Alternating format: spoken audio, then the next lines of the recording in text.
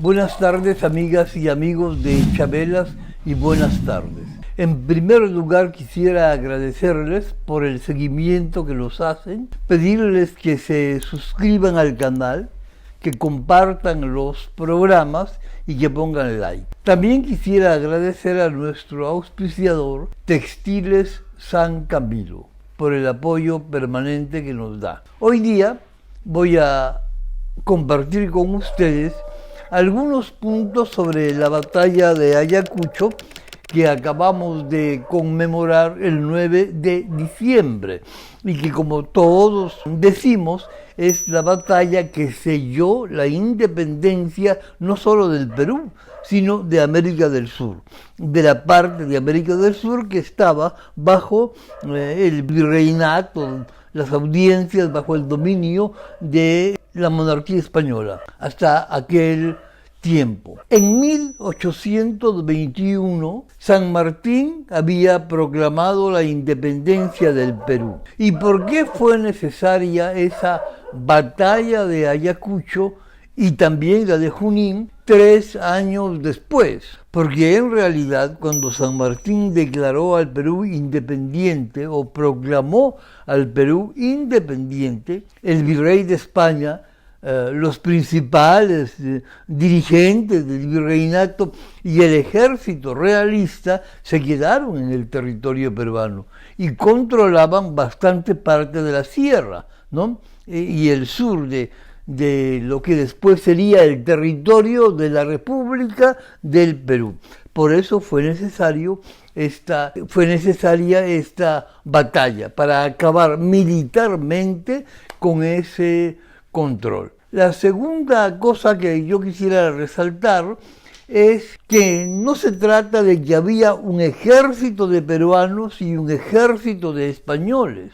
No es que Bolívar comandaba un ejército constituido por peruanos y el virrey La Cerda un ejército constituido por españoles de la península. No, el ejército libertador, el ejército patriota, estaba constituido por personas venidas de Venezuela, de Colombia, de Ecuador, de Argentina, de Chile, de Bolivia, de todas estas partes, y también peruanos, también personas nacidas en el Perú, porque era un ejército unido, libertador. Y de parte del ejército realista tampoco eran españoles, o sea, eran españoles nacidos en América, de tal manera que había también en este ejército personas nacidas en el Perú, indígenas, mestizos, algunos reclutados a la fuerza, porque el virrey La Serna, cuando vino desde el Cusco por Abancay, por Andahuaylas hasta llegar a Ayacucho,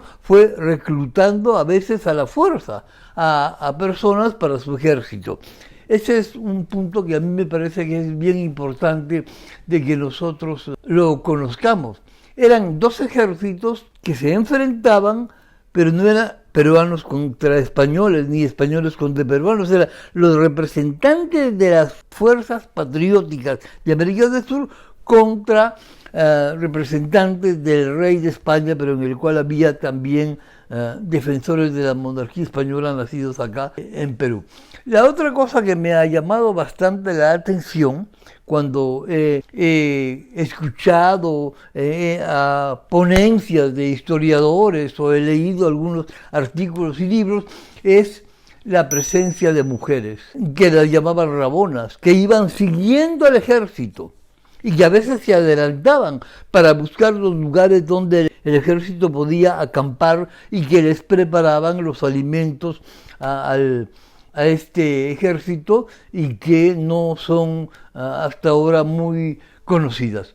Y finalmente, que eran los líderes o jefes de estos ejércitos eran jóvenes, de edad muy joven. El más adulto era el virrey La Cerda, que tenía 54, 55 años, pero tanto en los comandantes del ejército realista como los comandantes del ejército patriota unido de Sudamérica eran muy jóvenes. El jefe del ejército libertador que no fue en ese momento Bolívar, porque Bolívar tenía que irse a Colombia, sino Antonio José de Sucre, que era un venezolano.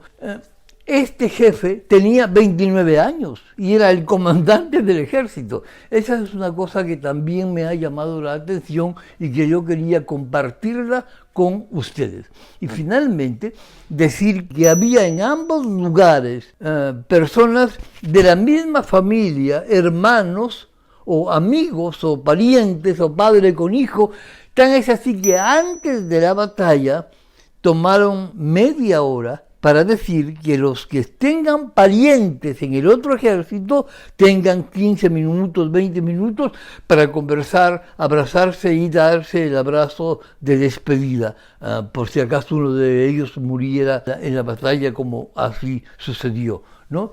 Y finalmente decir que no se crea que por esa victoria la situación social del Perú cambió demasiado, ¿no? Los siervos continuaron siendo siervos, los campesinos continuaron siendo siervos, semisiervos, los esclavos continuaron siendo esclavos hasta un cuarto de siglo después. Esas son las cosas que me parecía que era conveniente compartir con ustedes, animarlos a seguir viendo nuestros programas y pedirles que si desean hacer una colaboración económica puedan hacerla en el Yape o en el PLIN que aparecen allí. Agradezco finalmente a todas las personas que nos apoyan, tanto de acá del Perú como de Canadá, y agradecer también a nuestro auspiciador Textiles San Camilo. Muchas gracias, amigos y amigas de Chaveras, y buenas tardes.